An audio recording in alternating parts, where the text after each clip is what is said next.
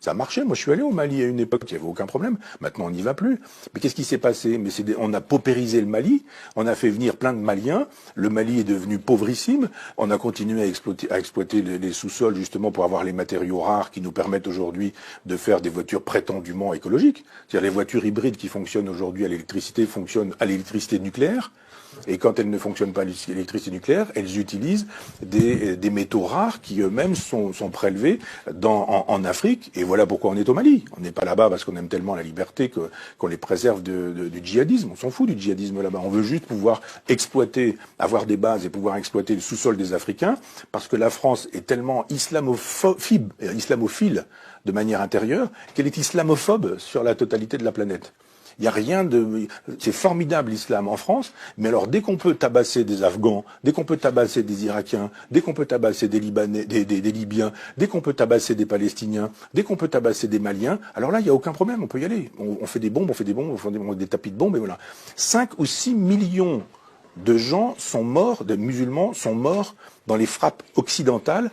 Pour quelle raison? Parce que on vend des armes, complexe militaro-industriel, possibilité pour les gens qui fabriquent des bombes, des avions à réaction, etc., de dire il n'y a pas de problème. Et après on fait quoi?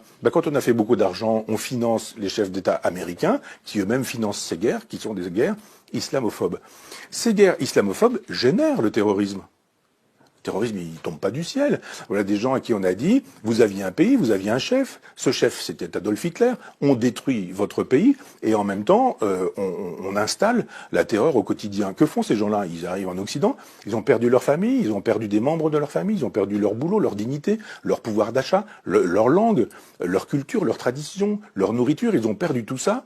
Ce sont comme des animaux en cage et on leur dit voilà vous avez la liberté, ils sont là, etc. Mais il y a des gens qui deviennent paumés et qui peuvent se faire endoctriner par l'islam politique parce que d'un seul coup c'est un horizon. Parce que c'est une hypothèse. Si on vous dit, mais vous vivez dans un endroit qui vous déteste, ils sont tous racistes, votre pays, vous n'y êtes plus, vous n'y allez pas, vous n'y retournez pas, puis vous faites quoi? Vous avez un pays qui s'appelle l'islam. Votre pays, c'est l'islam, c'est l'Oumma. Donc je pense que tant qu'on n'aura pas une politique nationale, une politique européenne, une politique planétaire et mondiale, c'est-à-dire tant qu'on n'aura pas de projets qui ne soient pas des projets d'argent, de fric, en disant allez-y, circulez, c'est formidable, plus on a des migrants ici, plus on peut baisser les salaires.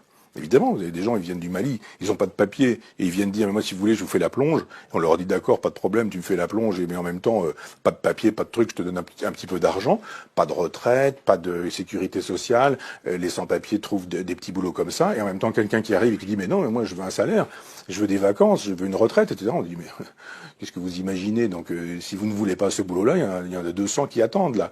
Donc, l'immigration telle qu'elle est pratiquée aujourd'hui, elle fait le jeu du capitalisme planétaire. C'est formidable, l'immigration. Et c'est pas étonnant si le MEDEF est pour, si la droite libérale, la gauche libérale sont pour, et qu'en même temps on dit venez, venez, venez, ça fait une main d'œuvre pas chère du tout, et en même temps on vous humilie, on vous exploite, on vous méprise. On va vous mettre dans des cages à lapins, on va laisser vos gamins dans les caves, il va falloir faire du trafic de hashish pour vivre, de cocaïne, de drogue, etc. Et puis on ferme les yeux là-dessus. Territoire perdu de la République, aucun problème. Tout ça rend possible le business. Ça rend possible le business. L'immigration est une chose qu'on ne doit pas laisser aller en disant venez quand vous voudrez, puisqu'on sait très bien que dans ces cas-là, c'est la loi de la jungle.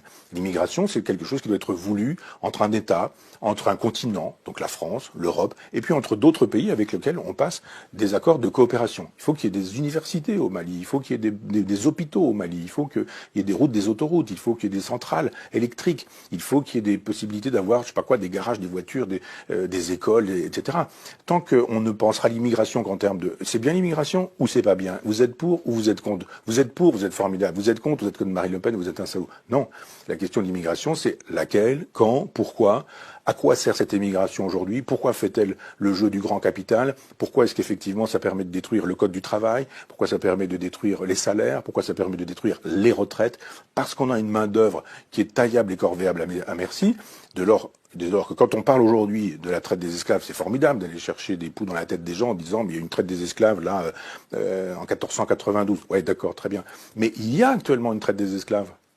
Quand on laisse passer tous ces migrants en disant venez, venez, venez, installez-vous où vous voulez, il y a toujours une toile de tente ici, il y a un bout de square là, il y a un endroit où vous allez pouvoir vous mettre à l'abri ici, puis voilà, puis débrouillez-vous pour le reste. Tout ça c'est formidable. Moi j'appelle ça de la traite. esclavagiste.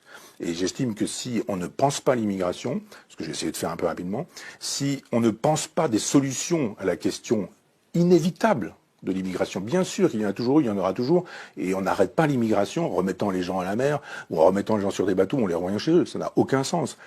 C'est la thèse de l'extrême droite, c'est pas la mienne. Mais c'est juste de dire quelle politique de l'immigration pouvons-nous avoir qui serait une politique de civilisation. On est en train de détruire les civilisations. Moi, j'adore l'art africain, je collectionne un peu d'art africain. Je suis curieux de ces civilisations-là. Que sont-elles devenues ? Que sont-elles devenues? La civilisation, c'est quoi pour ces gens-là? On a détruit leur peuple, leur langue, leurs coutumes, leur façon de s'habiller. Ils sont tous avec des Nike, des machins, des téléphones portables, etc. On dit, mais c'est ça que vous voulez, un grand marché planétaire?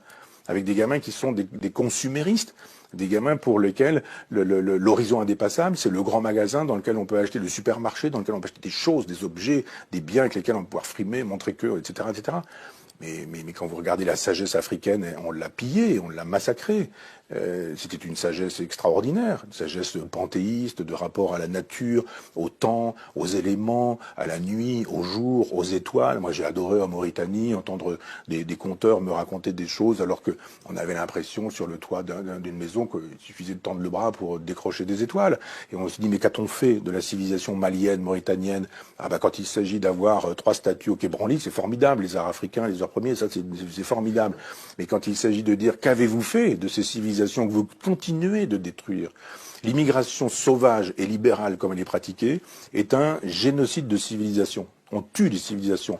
Mais le grand marché planétaire qui veut un gouvernement planétaire et qui ne veut que des individus qui consomment, quelle que soit leur religion et leur couleur de peau, a intérêt à dire traversez la Méditerranée, pas de problème.